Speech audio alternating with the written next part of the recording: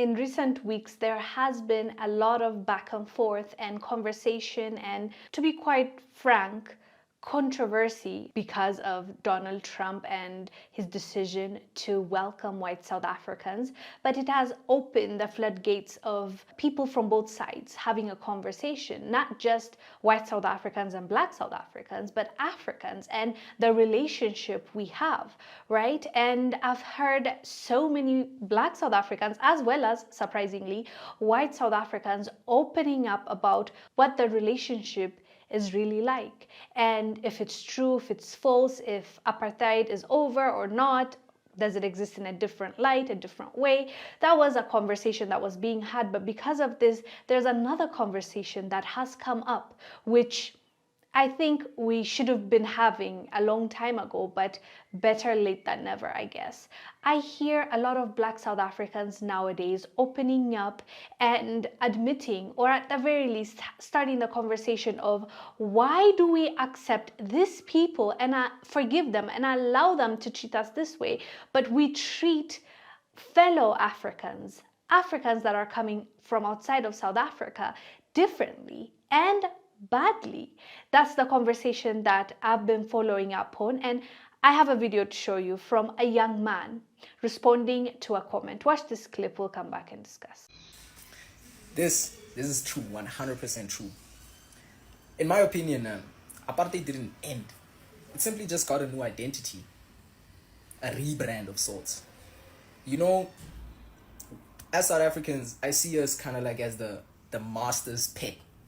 We are the master's pet because we're not like all the other Africans. We're different. We're special.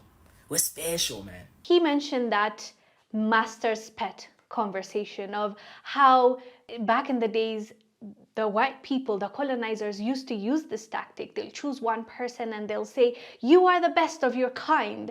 And they will start a war, they'll start a conflict, or they will indoctrinate that person and then put them to lead and use them as a puppet and start a whole tribal war. We've seen that happen time and time again. And he believes that right now South Africans are being used in that way. South Africans are fighting with their fellow brothers and sisters from neighboring country, when in their own country they have people that have colonized them and mistreated them, and they are still part of the community, and they're expected to forgive and love and move forward. And he was actually responding to a commenter, a South African. Her comment was, we have become just like the colonizer in our view of Africans. And she was saying that right now, South Africans, by the way, we're not generalizing, those that hate other Africans are the ones we're talking about, and not just Africans, black Africans. Those are the people that are usually targeted. We see that happening, right? So